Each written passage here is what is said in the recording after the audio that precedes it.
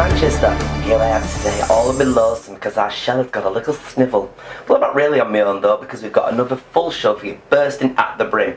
We decided to name the show the one with love and pride because we've hardly any time to go. It's been my favourite party time of the year, apart from of course my 3 birthdays. Yes, Manchester Pride is almost amongst us, half the rather appropriate new titles. But on this show today, we have got the CEO of Manchester Pride, Mark Fletcher, and also we investigate a wonderful new musical looking into acceptance at the Hope Mill Theatre. It's called Closets. We've also got the simply beautiful voice of Hayley Rhea Christiansen, and of course our Hayley goes so mad and Titters pokes us. But first, this week I saw a musical, nothing new there I hear you say, but I get swept off my feet by Jonny Fines, currently appearing in Officer and a Gentleman at the Opera House. What a show, if you like the driving beats of the 80s and a proper love story, and of course men wearing uniform, then this is definitely the one for you. Jonny plays the character which most of us know as the Richard Gere guy, and well, enough chat, check out what he had to say.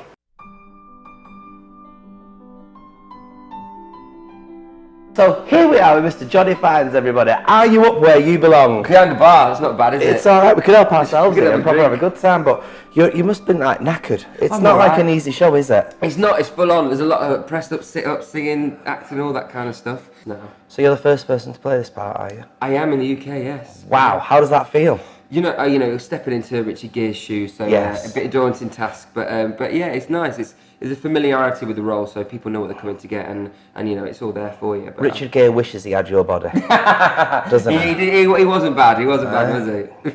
He's not you though, let's put it that way. Do you have to do a lot of working out to keep and maintain the body? I mean, I do, yeah. I mean, the show's a workout in itself, but I do like to keep fit and go to the gym most days before the show. Yeah. Kind of gets me ready for it as well. Yeah, and you've got a lovely little love story going on, haven't you? I have, yeah. It's dead sweet, isn't it? Yeah. It's a lovely love story. It's about finding yourself though, isn't it, for your character? I think he goes through a massive change. Like, he comes with an attitude that isn't right for anybody who wants to succeed in the military and you know, get jets, etc. And he has to overcome everything and kind of become a new person in order to succeed. Do you like the uniform? And do you know what? I love the show because I get the best of both worlds. I'm either in a tracksuit or a suit. Or nothing. Or nothing. On the pants. So it kind of ticks all the boxes. You know, I can get comfy in my joggers, or I can be in a night. I've got those two. I've got a white suit and a blue suit, and yes. you know, fitted within an inch of the knife. And what's downtime for you? Well, I've got a 4.5-month-old little girl, so I don't get any downtime. So I like to go home and spend time with the family. And are they on tour with you? They tour half the time with me and half the time not. Like, I don't like taking them out of their routine too much. Where are you from originally then? I'm originally from Loughborough. Oh right. Yeah. Oh, that's a nice place, isn't it?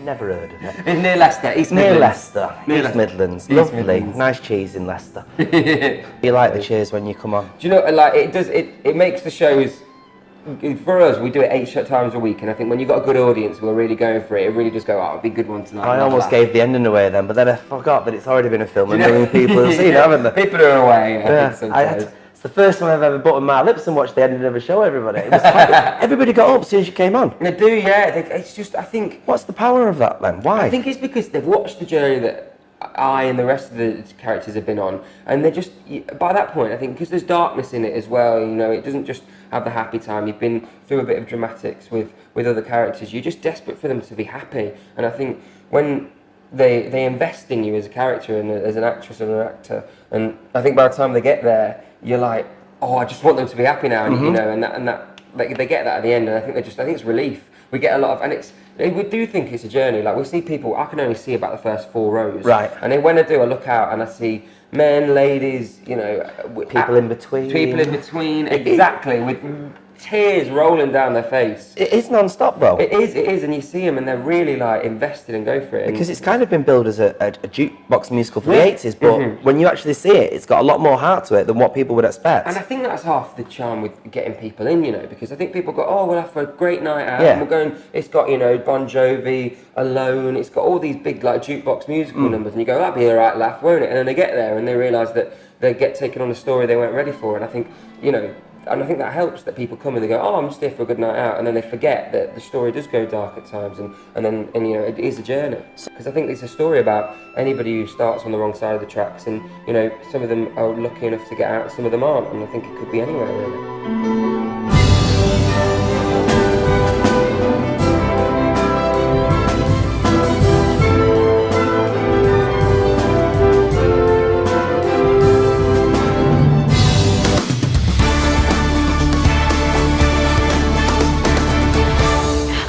I'm Hayley and welcome to Soap Corner. So let's start off over those Dales. And on Friday, will Beth make Amelia see sense or will Dan lose his daughter again?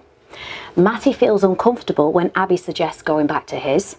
And Rona is excited about her future. Next week, Matty is scared to tell Abby he is trans. When Victoria finds Abby crying, she assumes she knows about Matty and tells her off for not understanding. But then she's mortified to find out that Abby didn't know at all. Will Matty forgive her?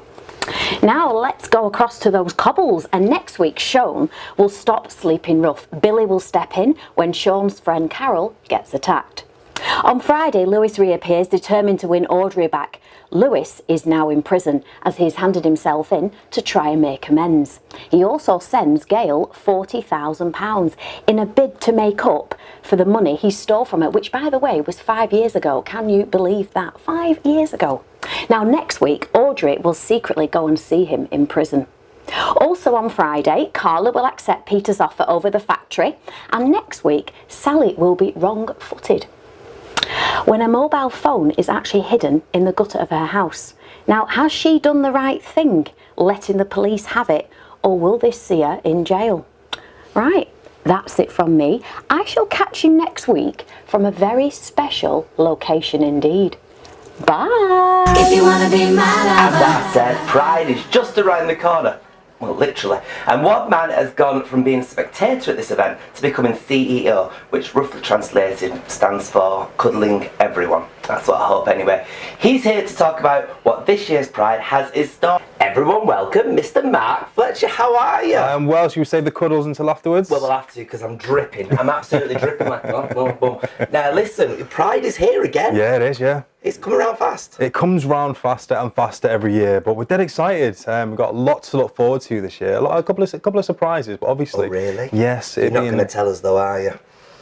I love it. I love it. That gets me even more excited. Do you have a favourite part of Pride that you particularly look forward to? I do, yeah. It's a question that gets asked a lot. For me, one of the most humbling parts is the parade, because you see, literally tens upon tens of thousands of non-LGBT plus people coming out to support us, and to champion LGBT life and diversity, and to see the streets lined with families and little kiddies, as well as the LGBT plus people coming out as well. It's quite moving, man. I really like that. So you started off watching, I guess, Pride. Yeah. What made you actually get involved in running it?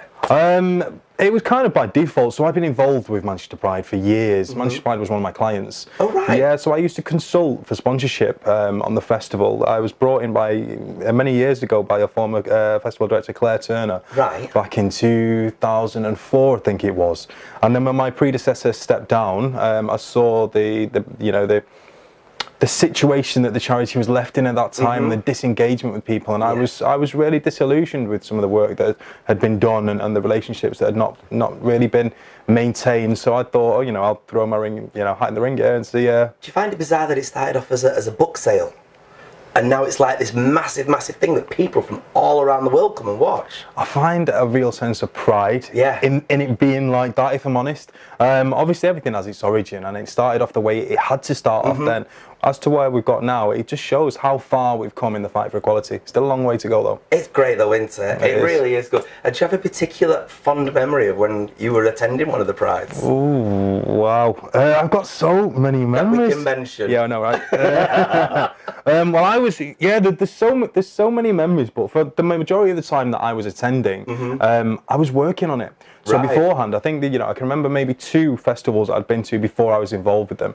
One of the most exciting for me was when Khalees came to town. That was kind of groundbreaking for us. But as an experience, it was always just for me, a great event to be part of. I mean, I wasn't, at the time when I first came along to the festival, I wasn't out, I didn't identify, as LGBT then. So I was just coming with straight friends and experiencing the festival for the first time.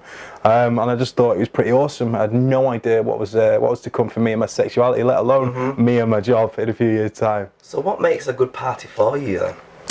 Me, you, and a bottle of Chardonnay. There you go. As long as it's the bottle of Chardonnay. A good party for me. Well, it's always my birthday over August bank holiday weekend. Oh, you lucky So thing. Tens of thousands of people coming along, a few little dances, and that's a good party. You're never short of people taking part in your own parties, are I'm you? not. But for me, you know what? I'm not much of a party animal, I've got to confess. Really? So my ideal kind of party is just a a small group of friends, a couple of nice bottles of wine, chilling at my house. Lovely. Now we've got some big acts this year, haven't we? Yes, we have. Who have we got on? We've got Jake Shears, we've got Sigala, we've got Rita Ora, Pete Tong, Danny Howard. Where do I stop really with this one? There's that many.